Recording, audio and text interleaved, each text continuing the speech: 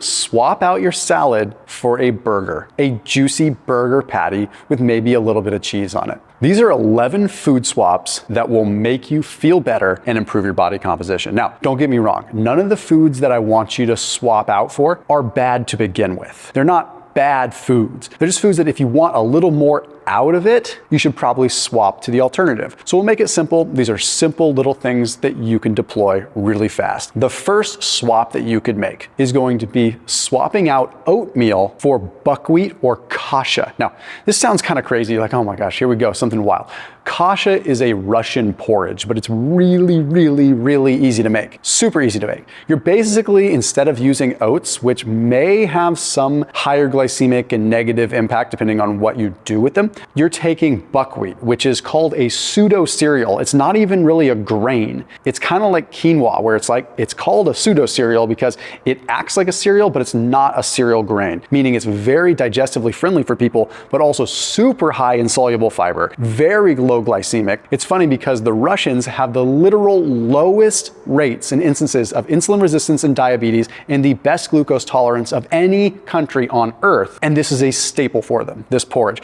Literally take 1 cup of buckwheat grain, you take some water, about 1 cup of water, you boil it, cook it just like you would oatmeal, and then you add some butter and you add some salt, and voila, that is kasha porridge. If you swap out your oatmeal for that, even though it's a little more difficult, you will notice a significant difference in more than likely your gut health, probably your energy, and definitely your appetite. I put a link down below for something that might help you out when it comes to fasting. It's a 30% off discount link for Thrive Market. So whenever you're shopping for food, it's really difficult to find things that have good quality ingredients. Thrive Market makes sure that anything they bring into their store passes a lot of tests. They turn away thousands of products and ingredients because they are sticklers about what they bring on their shelves. So that link down below gets you 30% off your entire first grocery order through Thrive Market and gets you a free gift when you use that link. So down below, underneath this video in the top line of the description. Number 2 is swap out your salad for a burger. Now, I don't mean a burger with the bun. I mean a juicy burger patty with maybe a little bit of cheese on it. Why do I say this? Sure, you could make a good choice with a salad, but most of the time with a salad, you're getting romaine or you're getting some greens that just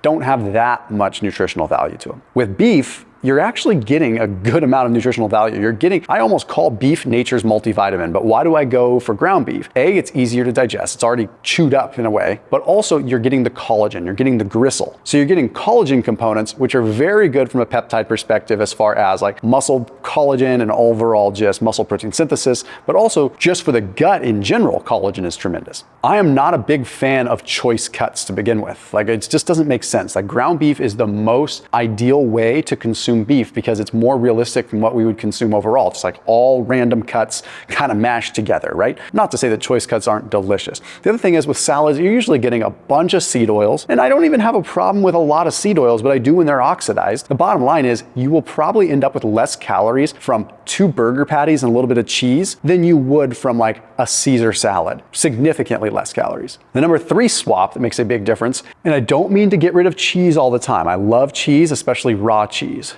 and aged cheese. But if you simply swap out cheese for nutritional yeast, it is one of the biggest calorie levers that you can pull. Nutritional yeast tastes like cheese, especially if you mix it with just a smidge of like ghee or a smidge of butter. And it's still gonna be significantly lower calorie than cheese, and you end up with a significant amount of what are called beta glucans and alpha glucans. These are unique types of fiber that have huge benefits on the gut. Making this shift, putting nutritional yeast over your vegetables instead of cheese, putting nutritional yeast on broccoli instead of just Parmesan, putting nutritional yeast on top of your burger instead of cheese. You're gonna cut out a couple hundred calories, you're gonna get a whole host of B vitamins and a ridiculous amount of beta glucans, one of the most powerful types of concentrated fibers that has huge benefits on short chain fatty acids in your gut than you could ever get. So definitely an easy swap. Number 4, all sweet potatoes are good. Do not get me wrong, but you want a quick swap to level it up? Swap out your classic orange sweet potatoes, which are still awesome and amazing, for purple sweet potatoes. The antioxidant value of purple sweet potatoes is significantly, and I mean 2 to 3 times the amount of orange sweet potatoes. Orange sweet potatoes are high in carotenoids. Okay, they have the carotenes in them. That's what gives them the orange pigment. These are good for the eyes. These are good for inflammation. They are tremendous. If you want the benefits that a lot of cultures are getting from your sweet potatoes, you need to be going for the purple sweet potatoes. So the Stokes, those are like the purple skin and the actual purple flesh. Those are, I mean, you can just tell by the color of them. They're so full of anthocyanins. That is an easy swap to get more out of your sweet potato. You want an even better swap with it? Eat it cold. I know it's not as fun, but then you get the resistant starch effect.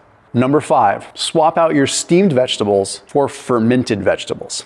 Again, I love my steamed vegetables. None of this is like, this is bad and this is good. It's more like, this is good, this is better. Okay, steamed vegetables, sure. But with fermented vegetables, you are retaining so much of the nutrition. Not to mention, you are making them fermented and microbially active. So then you're getting a gut benefit from a probiotic effect. It's like eating kimchi. You have this whole fermented food that is hugely beneficial from a probiotic and a prebiotic standpoint in the gut. So when you take a vegetable, it's already a prebiotic fiber, which could be good for the gut based on who you listen to or what you read. But fermented, almost all parties agree. Even extreme people, even Paul Saladino, even Liver King, even people on the extreme side are like, yeah, if it's fermented, it's a lot better. You can get that pickled asparagus. You can get those pickled onions. You are going to get a lot more benefit, and they're going to be preserved, and the antioxidants are preserved. So you're getting all the benefits across the board and more shelf stable. And you can also get things on Amazon to literally like preserve your own. It is worth it for sure. Number 6 is going to be swapping out your pasteurized regular milk for fermented milk. Now I was going to say raw milk, but then I realized there's only 8 states in the United States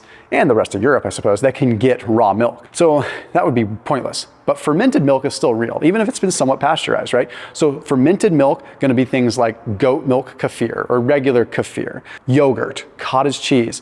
If you can swap out like regular types of dairy for like kefir, like say, okay, I'm gonna have a glass of milk. No, ditch the milk. Come on, go ahead and have the raw kefir and get the probiotic effect. These little swaps are huge. This one's gonna irritate people, but hear me out on it because I love strawberries. Swap out your strawberries for blueberries. Swap out your raspberries for blackberries. Why?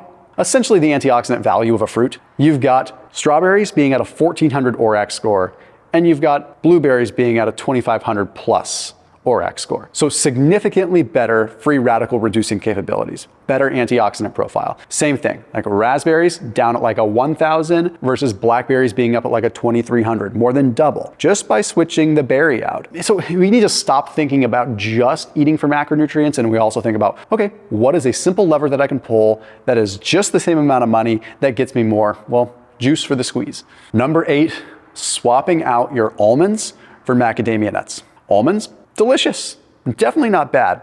Decent amount of good fats in them. The problem, they are high in phytic acid. And if you do start having a lot of them, there is evidence that it could be problematic. They're also very low omega-3, pretty much non-existent, very high omega-6. Macadamia nuts, super high monounsaturated fat, like what you're getting from some eggs and what you're getting from some other really good nutrition and like olive oil, but also you don't have high omega-6s and you don't have the phytic acid. Just swap them out. And I know almonds are cheaper, but realistically, let's be real here, you shouldn't be getting a ton of calories from nuts anyway. You just shouldn't. And I say that because they are so calorically dense, you could really get by with 1 or 2 ounces a day. And at that rate, you're talking less than 50 cents difference by having 1 ounce between almonds and macadamia nuts. Number 9, swap out your butter with ghee. And I say this because ideally you could get raw butter or you could get raw cream. You could do these things, right?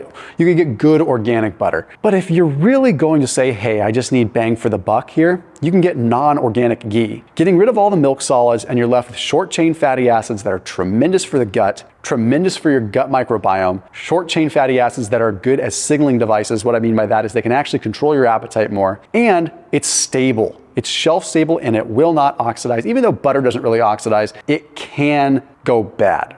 Ghee, it's hard for it to go bad. It takes a long time.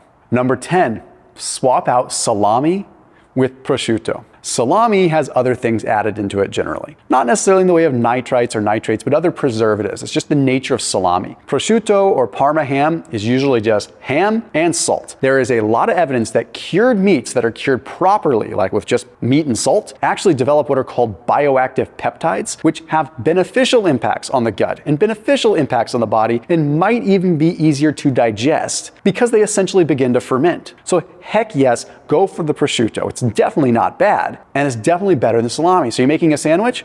Yeah, go for the prosciutto. Number 11, go for biltong instead of jerky. Jerky, believe it or not, has a dirty little secret. A lot of times in the United States, they spray jerky with an antimicrobial film afterwards, and it doesn't even have to be noted on the package. It's part of the standards when it comes down to how they make jerky. So a lot of times you are ingesting an antimicrobial film on top of the jerky. Not to mention they're drying it and denaturing it, and it's hard to chew.